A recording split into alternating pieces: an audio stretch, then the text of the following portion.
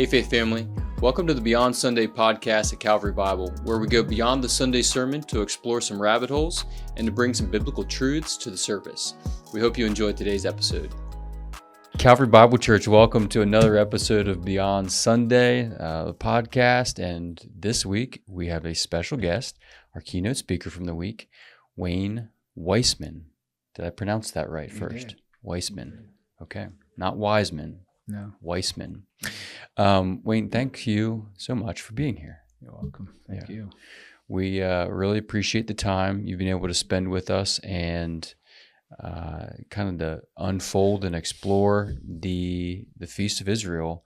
This is a real blessing, and to have someone of your not just DNA, but your understanding of the scriptures more so, and how it connects to the New Testament is really good, been helpful. Mm-hmm. Actually, speaking to that real quick before we jump in, I thought your explanation of Old and New Testament, I think it was Sunday night, was really good.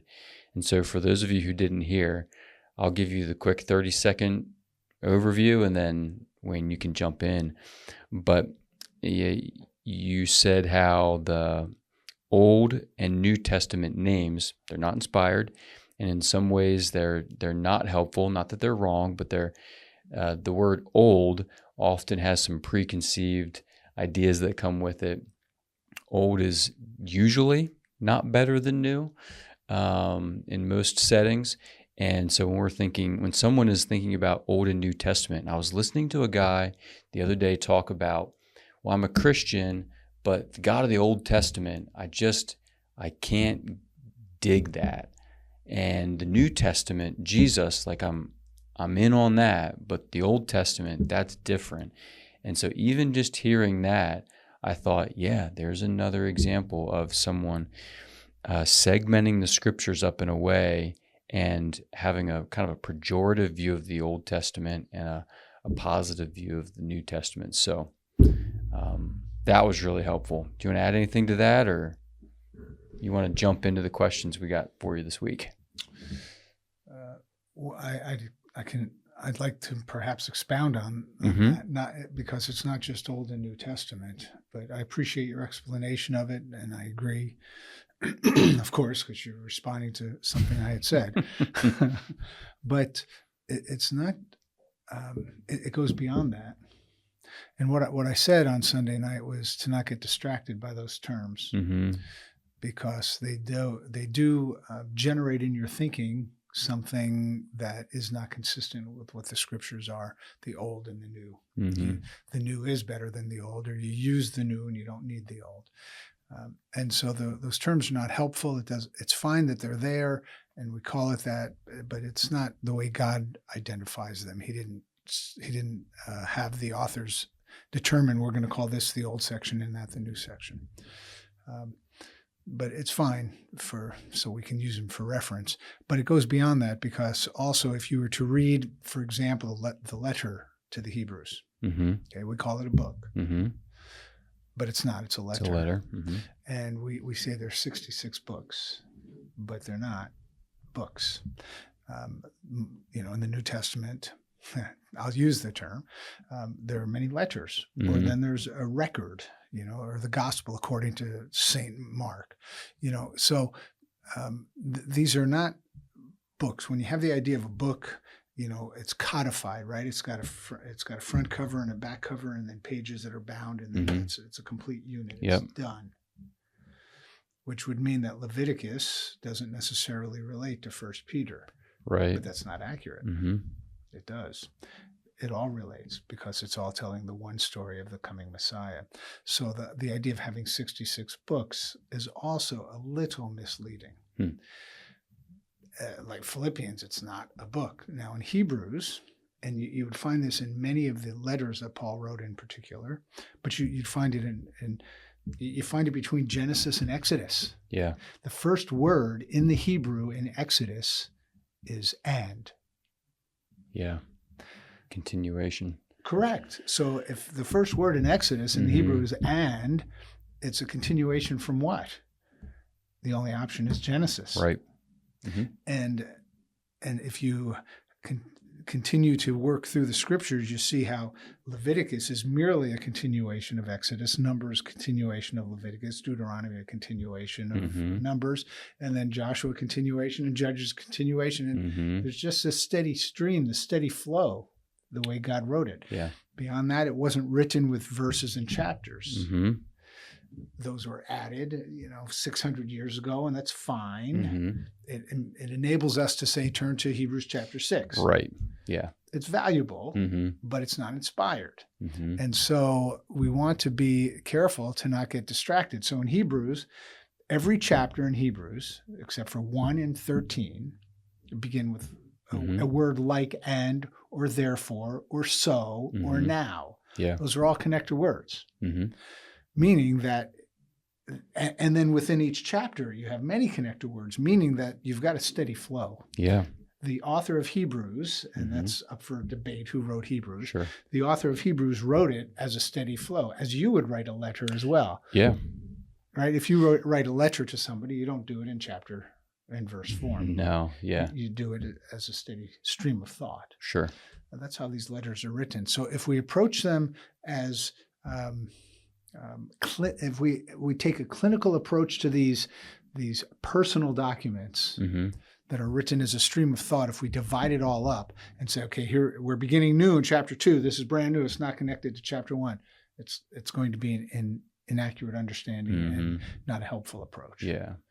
So it goes beyond just the old and new.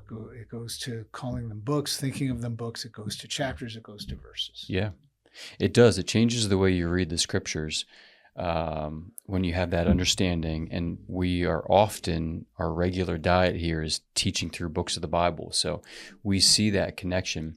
But even in my own personal devotions, I have a Bible that I use at times that is a reader's Bible. Have you been exposed to those? No. The only thing in them is the chapter numbers. Other than that, there's no verses, there's no little letters or footnotes at the bottom. There's not even 2 columns. It's just 1 column, and it reads very much like one book, and when you go from Genesis to Exodus, you just see the word Exodus at the top and then the number 1, and then that's all you see until you see a 2, and then you see a 3, all the way through Exodus. So it's a different way to read the scriptures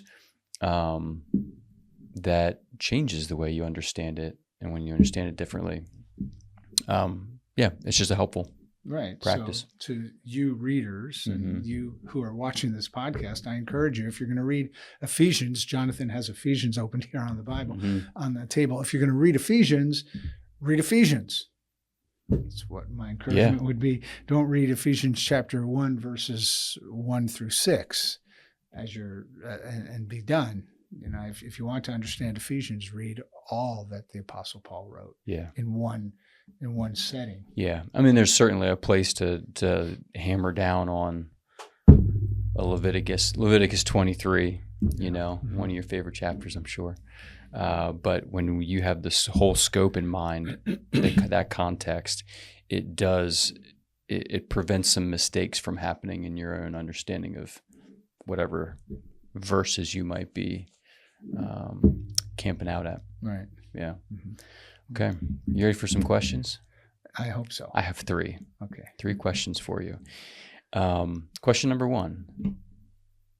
How do Jews sacrifice today?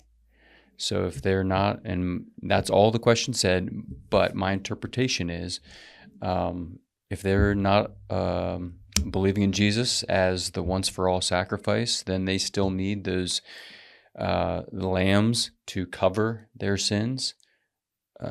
Is this still a practice that's happening today? And if not, what's the deal? There's a lot to the question. Right.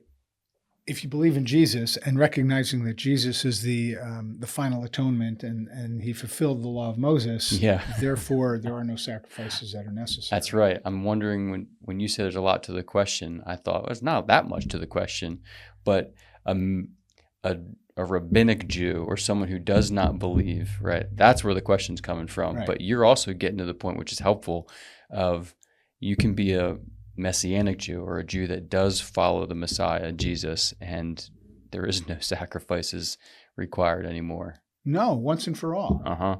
Yeah, he came and in the fullness of time, he was manifest to put away Yeah. sins by the sacrifice of himself. Yeah. Done. And that's the application for us here in our context is, and we know that, or at least we should and better, that there is no sacrifice necessary for us. Correct. But I cut you off there. What else were you going to say? Yeah.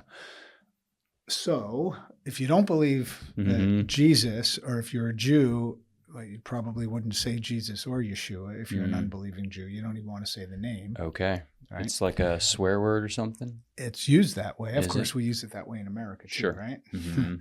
But they're just very protective about saying that, especially the religious ones.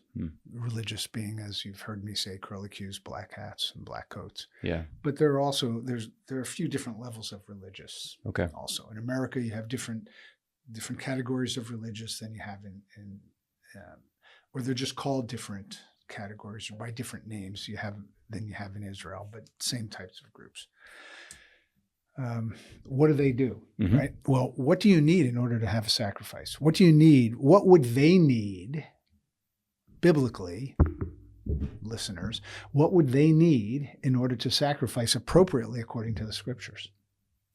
Temple, altar, animals, and priests. Mhm. What don't they have? They would have the animals. They still have priests. They don't know who the priests are.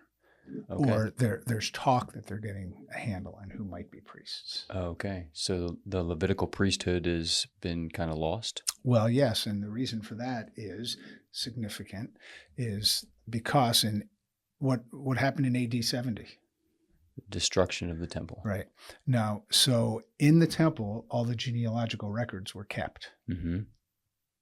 For the people and for the tribes. Gotcha. You have your 12 tribes, Mm-hmm. and your genealogical records were kept. Hmm. So who is a priest? According to the tribe of Levi, the family of Aaron.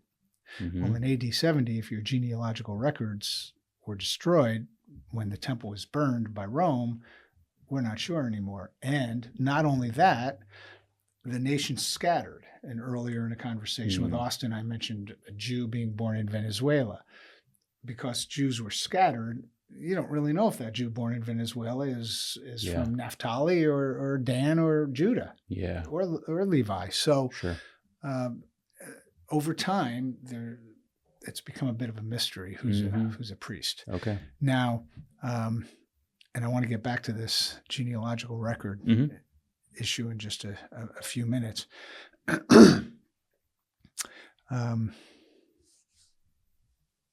Now, there are certain words that could indicate this person is a priest. For example, I don't know if you know anyone whose last name is Cohen, if you've ever heard of Cohen.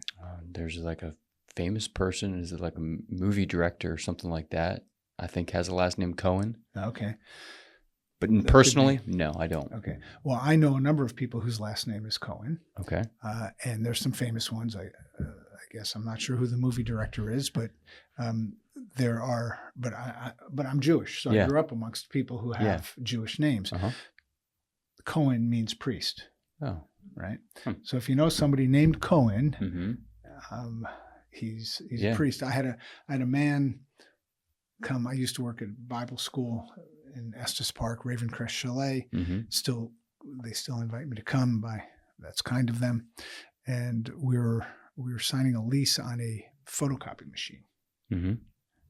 We still use those? Yeah, we do. We have one. Okay. Yeah. And it's magical. I'm just not in an office anymore to really know. We still have them. Things have changed so much. They have. So the guy who was representing the photocopy machine company and who was going to sign on their behalf, and I would sign on the behalf of Ravencrest Chalet, his name was Tom Cohen. Okay. So we conducted all of our business. And then I said, your last name's Cohen. He said, yeah. I said, you're Jewish. He said, yeah. I said, well, I'm Jewish too. Okay. Because it can set people off if you say that to them. You're Gotcha. Jewish, because Yeah. there's a lot behind that. Yep. So I don't even know. So I said, I'm Jewish as well. I said, so do you know what Cohen means? Your last name is Cohen. Do you know what Cohen means? And he said, no. I said, it means priest. I said, you might be from the tribe of Levi, the family of Aaron, an actual priest of God's people, of the nation of Israel. Mm-hmm. It didn't connect for him at all. Okay. But that's what the name means. So if you have the last name Cohen, you could be a priest. Yeah. If you have the last name Levi, Levy, Yeah. if you know anybody with that as a last name, I do. Yeah. And there are many. My father's accountant, when I was a little boy, had the last name Levy.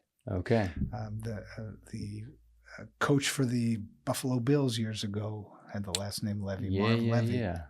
And so that could indicate from the tribe of Levi. Yeah. I have a friend whose last name is Benjamin. He's a Jew. His last name is Benjamin. Okay. Could be from the tribe of Benjamin. Benjamin. I have a friend whose last name is Reuben. Could be from the tribe of Reuben. Another guy whose last name is Judah. Could be from the tribe of Judah. But we don't know. Yeah. Right? So what do the Jews need in order to sacrifice? They need a temple and they need a priest. They're not sure who the priests are, but apparently there is talk that a priesthood is now being reestablished. Okay. And that a temple is about to be built. It's just talk. Yeah. And there's a lot of it. In fact, the last time I was in Jerusalem, an Arab man who grew up in Jerusalem, old city Jerusalem, his whole life, knows the whole area, brought me to what's called the roof of the old city and showed me around. And he said, you see that structure right there that they've built? That tells you that the temple is soon to be rebuilt. He didn't explain to me why, so I don't know why. But this is a man who doesn't believe in Jesus as Messiah, doesn't believe in the God of Israel, but he's aware of that. But I want to get back to the destruction of the genealogical records. The Messiah was going to come from what tribe? Judah. Correct. The genealogical records were destroyed in AD 70. You would not have been able to know who the Messiah was after AD 70. So he needed to come before AD 70. Okay. And he just happened to. 70 years before. Yeah. And died, 30 years before. Yeah. Okay. That's fascinating. Isn't that? Yeah. I mean, God's timing. Right. Because he's in control. He's the sovereign God. Mm-hmm. And I'm preparing to do a teaching on kingdoms, and it's a bit intimidating for me because there's just so much, and I'm not quite sure how the Lord's going to put it all together. But one aspect of his kingdom program is there's the universal kingdom, a universal and eternal kingdom where he is sovereign over all of his creation. And he's sovereign over what happens. He has a directive will and a permissive will. And in his directive and or permissive will, the Messiah was born before the temple was destroyed and the genealogical records were destroyed. It's just so affirming for our faith. Yeah. So they don't have a temple. They don't have a priesthood. We're still on this question. Yeah. This is why you said there's a lot to the question. Yeah. So they don't have a temple. They don't have a priesthood. They can get the animals. So how do they sacrifice? They have now, on the most holy day, which is called the Day of Atonement, Yom Kippur. Yom meaning day, Kippur meaning atonement. That is the day when the high priest would go into the most holy place and make an offering for the whole nation. Well, and the Jews themselves had to humble their souls, according to Leviticus 23. We'll talk about it Sunday morning. The Jews had to humble their souls and do nothing that day other than feel the weight of the sin of the nation and thank God for this high priest who's going to make an offering on behalf of the whole nation. Well, they can't do that. Yeah. And so today, what a Jew will do on Yom Kippur is he will humble his body, or afflict. The term is afflict. Yeah. Humble your soul, afflict your soul, feel the weight, feel the pain. So today it's more afflict your body. So a Jew he'll fast for 24 hours. Okay. He won't wear luxury shoes. He won't wear comfortable leather shoes. Mm-hmm. He won't bathe or anoint his body with oil or cologne or whatever it might be. He won't shave, but religious Jews don't anyway. And they will they will pray. Mm-hmm. They will do good works, and they will give money to organizations. And that is their current sacrifice. All of that. Gotcha. Now, if you read in the Bible, Yep. you won't find God saying that works. No. Yeah. Yeah. That's interesting. Yeah. And do they just justify it based on the temple being destroyed and not having the records and not wanting to get it wrong? I don't know if they would think it through that far. And I want to be careful because they're so much smarter than I am. And they're brilliant, studied people, but they're not necessarily biblically studied. Yeah. But I just want to be careful. I don't want to disrespect them, but I don't know that they would think it down that path. Yeah. This is what we do. This is what we have done for, since the temple was destroyed. And you mentioned the Talmud a couple of times, the first weekend, just how that is kind of their holy text, or would they consider it holy? Yeah. Okay. So what they would prescribe to. Yes, it is. Mm-hmm.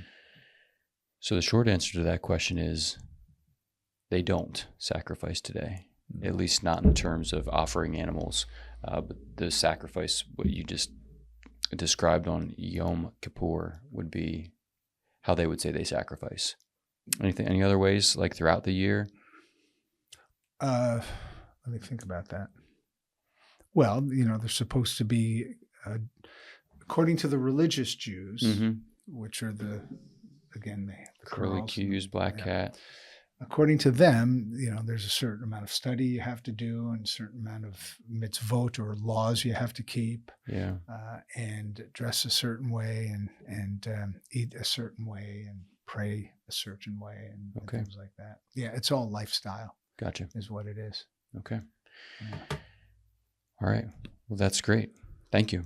That was a helpful and much longer than I anticipated answer, but very helpful. You ready for question number 2? I hope so. All right. Pilgrimage question. So some of these feasts are pilgrimage feasts. So can you quickly just say which ones are, and then what are the implications? What were the implications for a pilgrimage feast for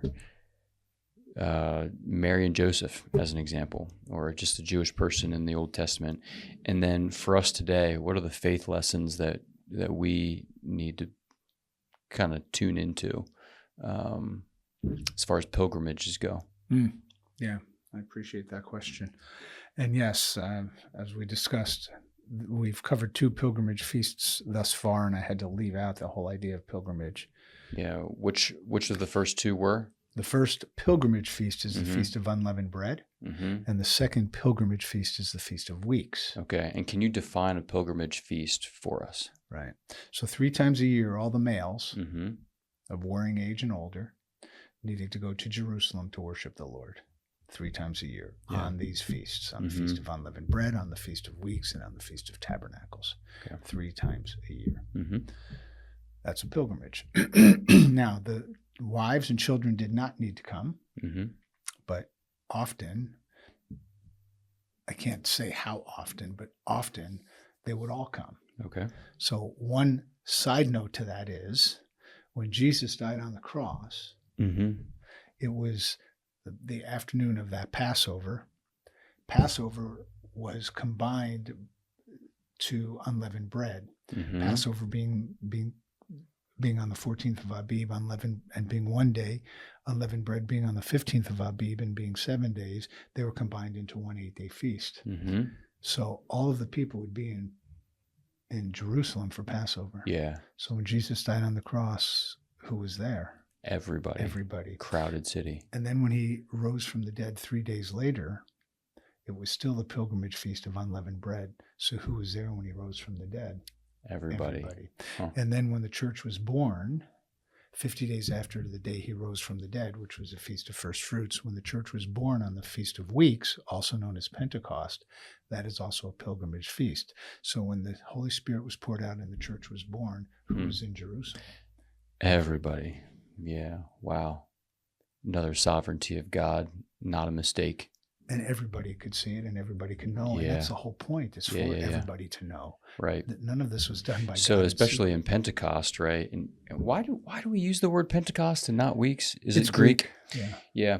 Because that does confuse. If you're not connecting the dots, you're just disconnected. Right. But that would be why everyone is there, and there's a lot of people with different languages, because they're the Jews coming from their native dispersed lands, coming back for this feast, pilgrimage feast, and the need for the Holy Spirit to empower the disciples to speak in the different languages. Yeah. Well, listen to what, and this still isn't really getting straight to the question that you asked. It's all good. But listen to what Jesus said. No, listen to what Cleopas said. So Jesus is on the way. These two disciples are on their way to Emmaus on what we call Resurrection Sunday. Emmaus is about 7 miles from Jerusalem. You just drop down, walk through a valley, through the woods, and you come to a village called Emmaus. These two are on their way Sunday afternoon. Now, they could leave Jerusalem, and it was still the pilgrimage, so they'd need to come back the next day. But they could leave, spend the night, because if they lived only 7 miles away, right? How long does that take to walk? 3 hours, 2.5 hours, 3 hours. So they could come back the next morning. But if you lived in Nazareth, you're not going to be going back and forth, right? Because that could be a 2-week mule ride. So these two are on their way to Emmaus, and Jesus appears, right? But they don't know he's Jesus. He's a resurrected Jesus. They don't know he's Jesus. And he said, "What are you two talking about?" Yeah. Right? And so it says in verse 16, their eyes were prevented from recognizing him. And he said, "What are these words that you are exchanging with one another as you're talking?" And they stood still, looking sad. And one of them, named Cleopas, answered and said to him, now look at what he says, "Are you the only one visiting Jerusalem and unaware of the things which have happened here in these days?" Yeah. So what's the implication? Everybody knows. Everybody knew what happened. Right. Yeah. Isn't that so fantastic? Yeah. It really is. Yeah. It gives me some chills. Yeah. That's good. So, okay, a pilgrimage feast. So let's say you don't live in Emmaus. Let's say you live in Nazareth.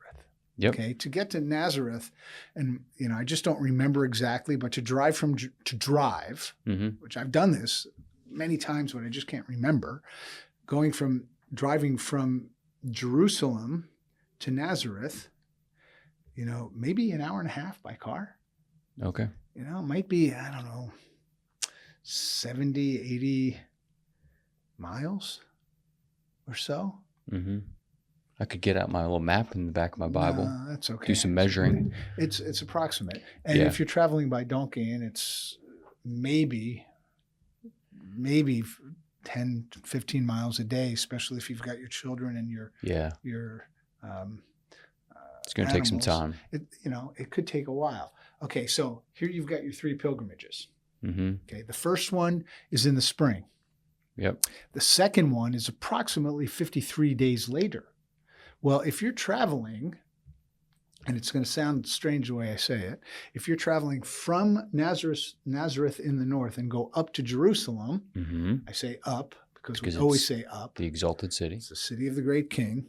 If you're going up to Jerusalem,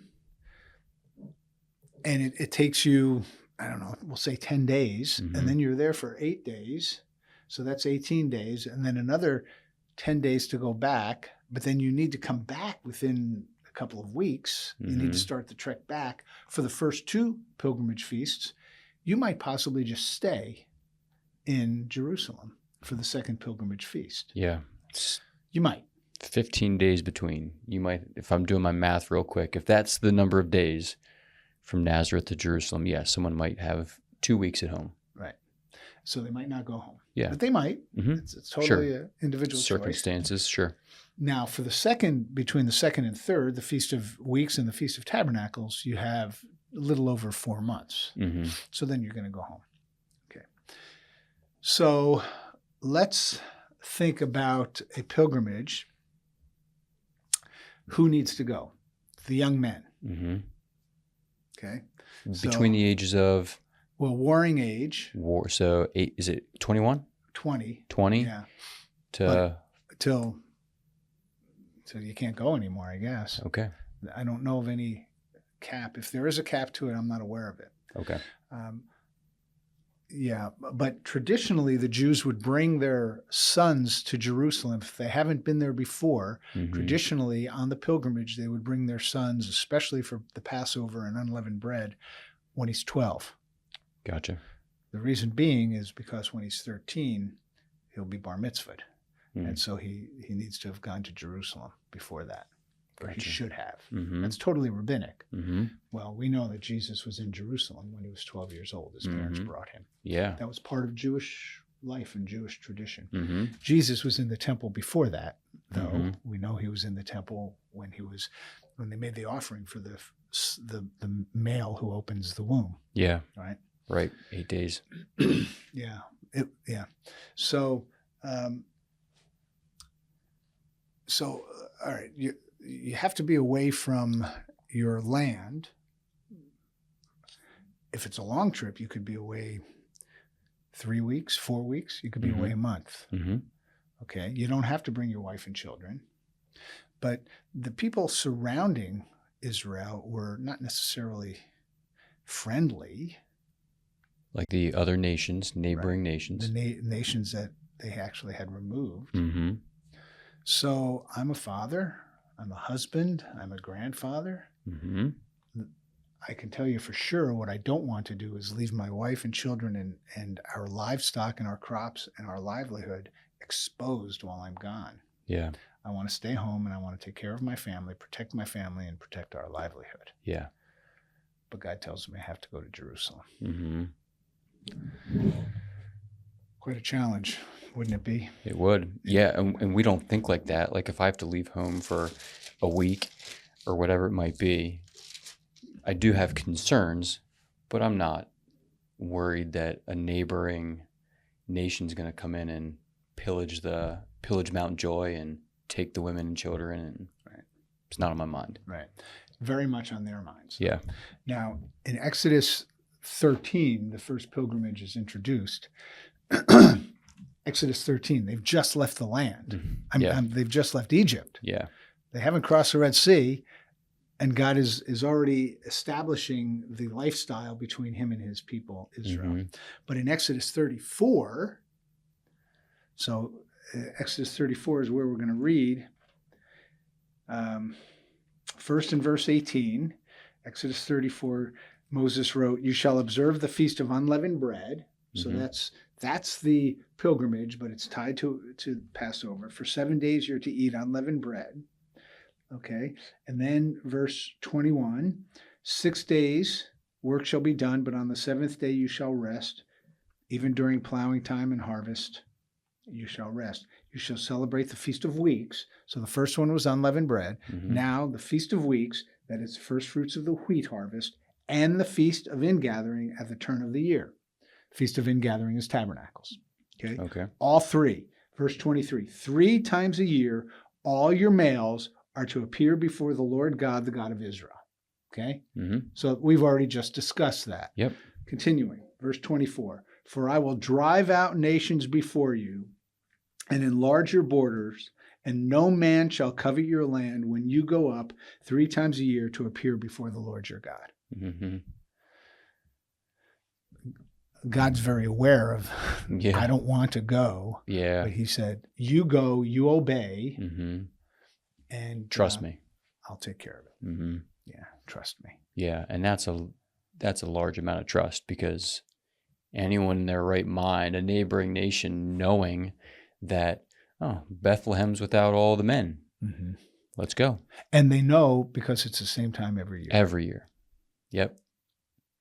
everybody every year is gone 3 times. Yeah. Yeah. It's astounding. It's an incredible faith lesson. Yeah. That they had to live out. How faithful were they at practicing the pilgrimage? I mean, I know a little bit about it, but I'm guessing you know a little bit more. Just throughout the Old Testament, was this something that Israel, I mean, goodness, they failed like we do on the regular? So I'm curious if you have anything to add to that. Yeah. Well, I think I do, but I don't know how much I can evidence it biblically. Mm-hmm. Well, I guess I could if we took the time to some degree. They were faithful. I mean, they blew it, there's no doubt, but they were also faithful at various times and many times. I mean, one example would be in the story of Nehemiah. Yeah. Right? When Nehemiah went to the people and said, look at our wall. We'll never be able to be the people of God without our wall built. We'll never be able to re-enter into our temple worship and have our identity as a nation, and we're the priesthood for the world. He knew that, and the Jewish leaders knew that. We're the priesthood for the world from Exodus 19. I will make you a holy nation and a royal priesthood. Mm-hmm. The whole nation of Israel is a priest. We'll never be able to function that way if we don't get this wall built. Everybody was building the wall. From the masons to the royal people, to royalty, to the perfumers whose hands are just nice and soft, who are working with rock and stone and mud and building this wall. And it took 52 days. And the result of it taking only 52 days and being large enough for 2 choirs and orchestras to walk around the wall in opposite direction, when the nations surrounding them heard that, they knew that this wall had been built by God. That's what it says. The nations realized that this was a work of God. Yeah. So, and Israel responded. So there were many times Israel did respond. That's one. But there were other times Israel did respond. They did keep the law. You had good kings. You had bad kings. Yeah. You followed the leadership of their kings. You had good judges. You had bad judges. But nevertheless, there's plenty of record where the Jews failed. Yeah. There is. But how did they do with this? I think they could be identified as being the people who did what they were supposed to do in general. Yeah, that's where my mind was going. I'm just thinking about the testimony based on that person's life and actions and what that said to the nations, and the practical impact of that. Yeah. Any other faith lessons for us? Well, one would be, it comes from a story at our Bible school, Ravencrest. I'm not going to use names, but there was a student who came from Canada one year, and he grew up in a Christian environment, Christian home, but he had wandered, and he wasn't fresh out of high school, maybe 2 or 3 years removed. So maybe he's 20, 21. And he came and he knew he needed to, in modern lingo, get his act together. Yeah. Spiritually.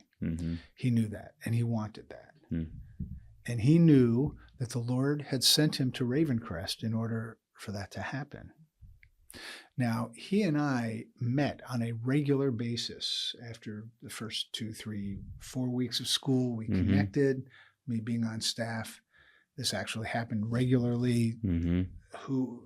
Patty and I would pray, my wife and I would pray each year to see who it was the Lord would have us connect to. And invariably, there'd be certain guys and certain girls for Patty. Well, he was one. And we met weekly, and he was growing. He was changing. He worked for a company called Canadian Tire. Okay. Now, I don't know if any of your listeners will be familiar with Canadian Tire, but virtually every Canadian is. Okay. Well, Pastor Randy lived in Canada, so I'll check with him. When you hear Canadian Tire, what you can think of just a small Walmart compressed. Okay. all sorts of stuff in there. Yeah. It's not just tires. Okay. It's all sorts of stuff. Yeah, It's 'cause- compressed, condensed. Yeah, you say Canadian Tire, and I think Michelin. Yeah, it's beyond It's that. not Michelin. Yeah. Gotcha. Compressed Walmart. Got it. And so, and he was in management in Mhm. his particular store Okay. before he came, and they gave him time off to Yeah. come to Bible school. Wonderful. And we met regularly, and he was growing. Around Thanksgiving, not Canadian Thanksgiving, which is in October, Mhm. but American Thanksgiving. Before Thanksgiving, that week of, I just remember the timing being Thanksgiving. He came to me. We chatted at one of our meetings. He said, my boss from Canadian Tire called me, and he said, there's a next level management position available for me. Great. I'm pleased. Mhm. He said, but I need to, I can't return after Christmas. I have to stay there Mhm. and take the job. They won't hold it for me. I said, oh. So I said, what are you going to do? Mhm. He said, I'm not going to come back after Christmas. And when I was at Ravencrest, it was never my business to try to talk anybody into staying Yeah. or coming Yeah. to Ravencrest. I just didn't talk them into. I didn't try to Sure. talk anybody into it. Mhm. And so I didn't really pursue it much with him, but we did talk a little. But he had come to Ravencrest being led by the Lord, being directed by the Lord. He was growing and having his relationship restored Mhm. through his time at Ravencrest. God at work in him. And now he's leaving. And I felt he was leaving in disobedience Mhm. because the Lord had him there. And so one of our other staff members actually went to this guy's hometown a few years later and saw him. And I asked about him. He Mhm. told me he saw him. He was doing very well at Canadian Tire, but Mhm. a relationship with Jesus was nowhere on Mhm. the radar. And this fella from staff went there again because his wife lived in the same hometown. Yeah. And went there again one time, and same thing. Years had transpired, and he was far away. Yeah. And then I actually saw him once after that. Relationship with the Lord played no role in his life. And the way I think of that, Jonathan, is he was at Ravencrest in obedience, but he couldn't allow God to handle the consequences of his obedience back home. Yeah. You stay where God wants you, and whatever's going to happen back home, God can handle it. It may mean you don't get that position that you want, but God is handling back home for you. And so we have students who've come to the chalet whose grandfather has cancer, or whose father hasn't had a job for 4 months, or whose sister is checking into a friend group that's not helpful. Mm-hmm. And you're at Ravencrest. Now, it doesn't mean you totally disengage from home. Right. But you have to, if you're there in obedience, you have to stay focused on what God has for you in obedience and pray and trust home back to the Lord. But you have to be in obedience. Yeah. That's a question I think we could all ask ourselves. Is there anything in our lives that we are trying to control? You know, I mean, that's a big thing for us in America. When we don't have control over a situation or a family or children, whatever it is, yeah, that's unsettling. And so what is it in our lives that we are trying to be the sovereign hand over that, as opposed to letting God's sovereignty rule? There's certainly times, as you would say, that God uses us to be a light, be a remedy, be a source of wisdom, whatever. But that's his control, not ours. Mm-hmm. So that's a great question to ponder. Mm-hmm. I'm walking in the middle of that as we speak. I have a situation. Yeah. Patty and I have a situation in our lives mm-hmm. that I sleep I sleep well. Mm-hmm. I travel a lot, and it really doesn't matter where I'm sleeping. I sleep well. Mm-hmm. It's a gift God has given both to Patty and me. Yeah. Because she travels with me often. We're grateful for that. We Mm-hmm. know there are lots of people who don't sleep well, even in their own bed. Yeah. Yeah. We sleep well virtually everywhere we go. We're Gift. grateful for that. Mm-hmm. Take no credit. Just say thank you. But I've been struggling over the last few days with Mm-hmm. sleep. When I say struggling, I just lay there. Yeah. But I still think I'm resting if I'm just laying there. Mm-hmm.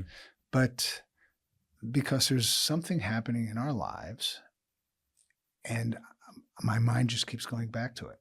Mm-hmm. And then it churns, and I keep revisiting it. And I think of all the potential scenarios that could come as a result of this happening or that happening. Mm-hmm. And so I'm consistently, as this keeps coming up, I'm consistently saying, okay, no, this isn't up to me. Mm-hmm. And Lord, I have to trust you in this. I am trusting you in this. I can't still my mind, but I'm going to give it to you. Yeah. Again. And I don't know how many times in one night I say, I'm giving it to you. I'm giving it to you. I'm giving it to you. I just keep doing it. Yeah. Because if I stop doing it, Mm-hmm. on one hand you say, well, why do you have to keep, why do I have to keep doing it? Well, that's not my business. If I have to keep doing it, I have to keep doing it. Yeah. But if I stop doing it, I'm going to make a mess of I won't be well. Right. Yeah. Yeah. Just repetitive obedience there. Yeah. Good. Great thought. Great challenge. One more question for you. How should we be thinking about the shaping effect of the calendar on our lives? And what I mean by that is we all have calendars, not our personal calendars, but our community or national calendars. So I've been thinking about this for a while, like a few years now, how influenced I am because of the American calendar, the American holidays that I celebrate because it's the land where I live, the people that I associate with. We celebrate Independence Day on July 4th. We just got done jokingly celebrating President's Day and bought some mattresses. We did not buy mattresses, but we've got these holidays that are American holidays, and I want to be a disciple of Jesus first. But my calendar is not a Jesus calendar, other than Christmas and Easter, which America recognizes but hijacks at the same time. How should we be thinking about the shaping effect of the calendar on our lives? Would you have any ideas or suggestions for people to consider as far as ordering our lives in such a way that we remember what's important to us, like these feasts did? And that's the reason why I'm asking the question, because these feasts, they were every year. They had significant ramifications. They changed your schedule from one week to the next, depending on what was happening. The physical representation of some of these things, like leaven, and what did that mean, and why are we doing this, and how that impacted a person, how it was an opportunity for a parent or a grandparent to instruct a child. So we are so far removed from that in our context, and we are very American here. There's nothing inherently wrong with that, but I feel like we are, in a lot of ways, missing an opportunity for something. Thoughts? Yeah. Well, I think it is appropriate to recognize we're in America. Yeah. And, if they sell mattresses on President's Day, what happens to me? I've been around long enough that I actually know why it's President's Day. Yeah. It used to be Lincoln's birthday and Washington's birthday. Is it the same? It's not the same day, is it? No, Lincoln is February 12th and Washington is February 22nd. Okay. They were both national holidays. And so maybe to eliminate one of them, they combined them to President's Day in between those two dates. Okay. There you go, folks. Didn't know that one. Yeah. I mean, I knew it wasn't to buy mattresses. I'm not that shallow. Okay, That's good. where it comes from. Yeah. And, for me, because of who I am and how my mind works, I always know February 12th is Lincoln's birthday and February 22nd is Washington's birthday. Every year when it comes around, I remember that. Mm-hmm. But then America celebrates President's Day. It's fine. Yeah. Or Independence Day. I don't know what the percentage is, but I'm sure the great majority of Americans who are celebrating July 4th are just glad that they can have hot dogs and hamburgers and watch fireworks. Day off of work. And be with their family Mm-hmm. and have a day off. Mm-hmm. They're not thinking about 1776. No, which actually just goes to show you the shaping influence of our culture on the practical outworkings of a holiday. Mm-hmm. And what are we really prioritizing or celebrating? Mm-hmm. Materialism, family, and yeah, I don't know. My thoughts are spinning in my head at the moment, so I'll let you keep going. Yeah, and so let me think. You said something that prompted a thought. You said America has hijacked Christmas and Easter. Mm-hmm. So just as President's Day, nobody really thinks about Lincoln and Washington. Just as July 4th, nobody's really thinking about, you could think about Washington again on July 4th. Mm-hmm. Nobody's really thinking about the Founding Fathers or the Declaration of Independence. Yeah. Nobody meaning virtually. Right. Is something like that happening with Christmas and Easter?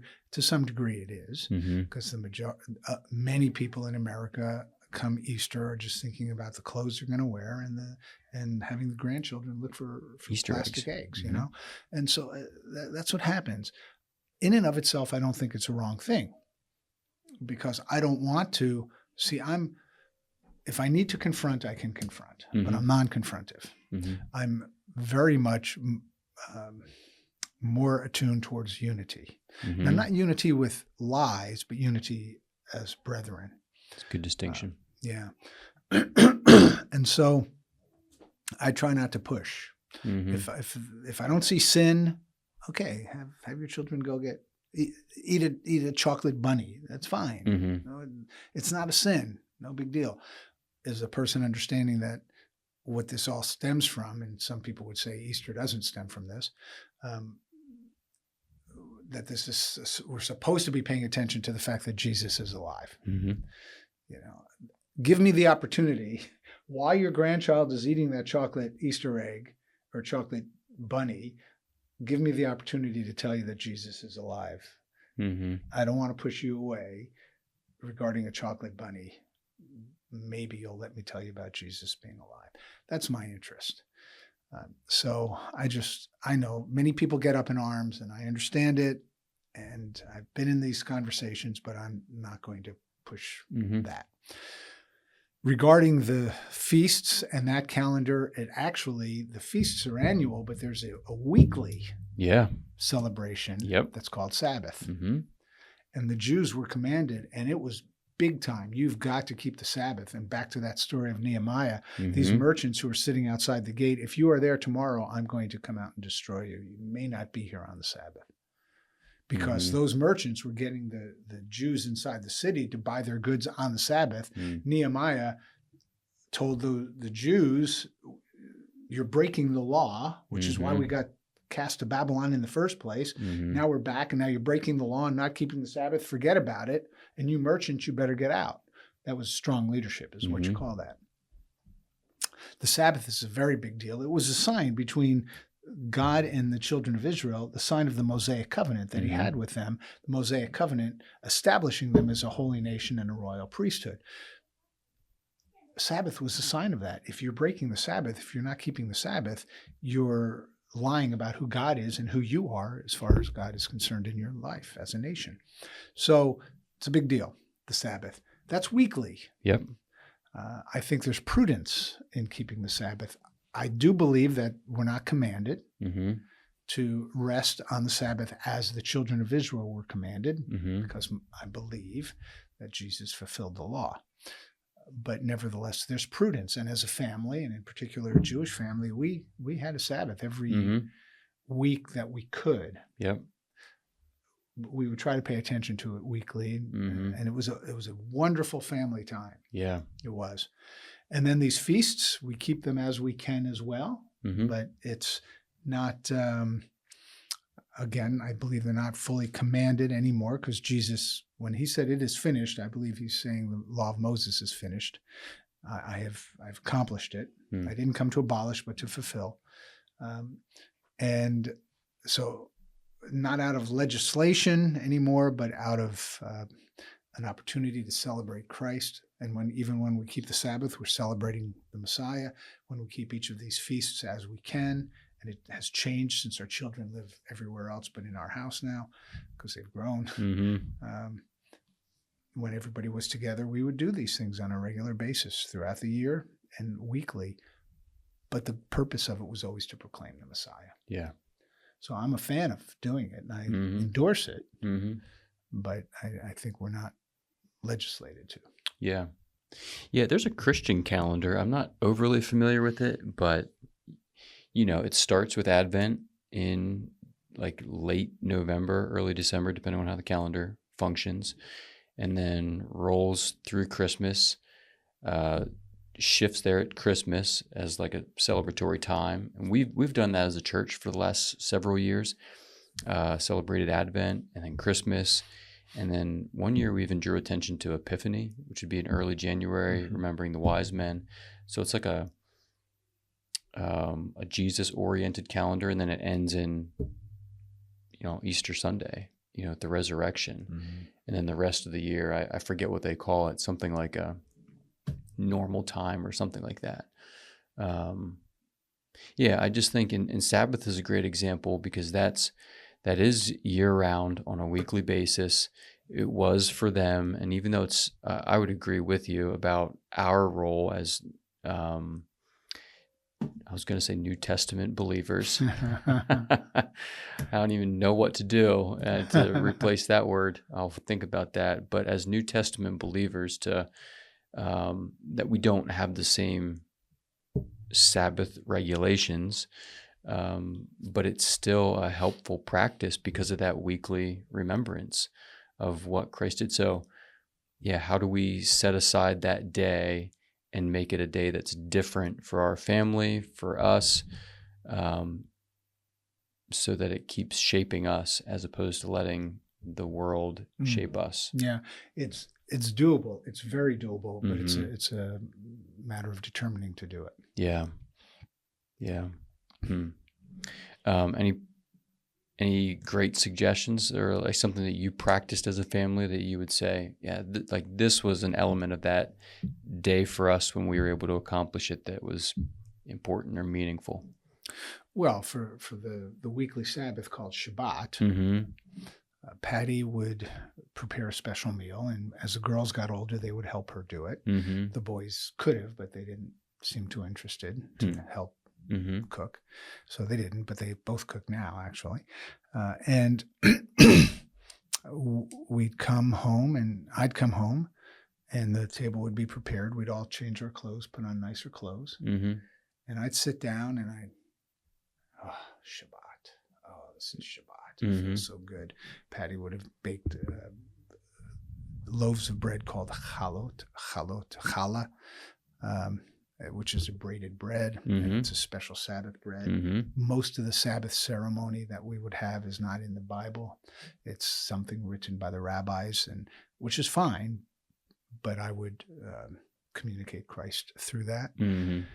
And so that ceremony would take maybe 15 minutes or so, and then we'd sit down and have a meal, and we would stay around the table Shabbat evening, Friday evening, longer than virtually any other time. And we would do that week after week. And then in the morning, we would wake the children early throughout the week, but on Saturday morning, that was the one morning they could wake up whenever they chose and climb out of bed whenever they chose. And then I would cook breakfast for them whenever they were ready as they came out. And then we would stay home as a family until I usually would make it around 2:00 in the afternoon, 2 or 3, which is not the Shabbat. The Sabbath actually ends at sundown. But, Yeah. we're American lives, right? So I'd say 2 or 3 is when we can go out and do something. But otherwise, we're going to be together as a family. Now, since we were a Bible school, we often had people join us for the Shabbat because they wanted to know what it is you guys do every Friday night. At the same time, there were many Fridays during the summer where we had campers and we were having a hamburger cookout every Friday night. And so that's where we had to go for 6 or 8 weeks in the summer. Instead of having Shabbat at home, we'd do it there. Yeah. We just adjust and flex. But it became very much part of our lives. And then for the bigger holidays, we'd have Passover together, have Passover meal, and for Tabernacles, we'd set up a tent in our backyard. Okay. So not so much live in it, although we could have, but we'd just go in there throughout the week and eat foods and invite people in and just have candles burning and just have a nice time together. A big cabin tent. That we had. Yeah. The word that comes to my mind here is intentional. Life comes at you, and sometimes there's a season, whether it's the summer or whatever, that the routine's broken. But as much as possible, with a lot of intentionality, there's just symbolism there. There's conversation around it. There's something that's you're setting aside that's different than normal to make a point and remember something. Yeah, and almost always I would try to make sure we were remembering Christ and the Messiah. Yeah, not traditions. Yeah, and so I think for us, right, to be intentional, because if you're not intentional, you're just gonna go with the flow of the world around you, and that can at times be not a great direction. So to reorient our lives around an important truth that we really need to be centered on in a physical, tangible way is a helpful practice. Not biblical, mandated, Apostle Paul gets into that, Romans 13, right? Some of those things. But it doesn't mean that we shouldn't do those things or that we shouldn't have some traditions or whatever it might be. So it's good for us to think about too, for our folks here and their families and grandkids and across the spectrum. Yeah. Anything else to add there? No. Okay. Would you like a last word? No. Okay. Wayne is out of words, and so am I. It's been about an hour, one of our longer podcasts. We usually keep these to like 20, 25, sometimes 30 minutes. So we've doubled that. But we had a guest at our outreach summit a couple years ago. I don't know how long we went. The gentleman's name was, I think it was John Patrick, or no, that's a cousin of mine. Anyway, a British guy. If our folks who are listening, if they're around, that man could talk. And he had stories and prescriptions for everything. And he was a fun guy to talk and listen to, but I'm not sure if that episode was longer. Either way, you're in the top 2 for sure. Oh no. I'm sorry. Sorry if I've gone too long. No, this has been great. Really, I thank you so much for taking the time.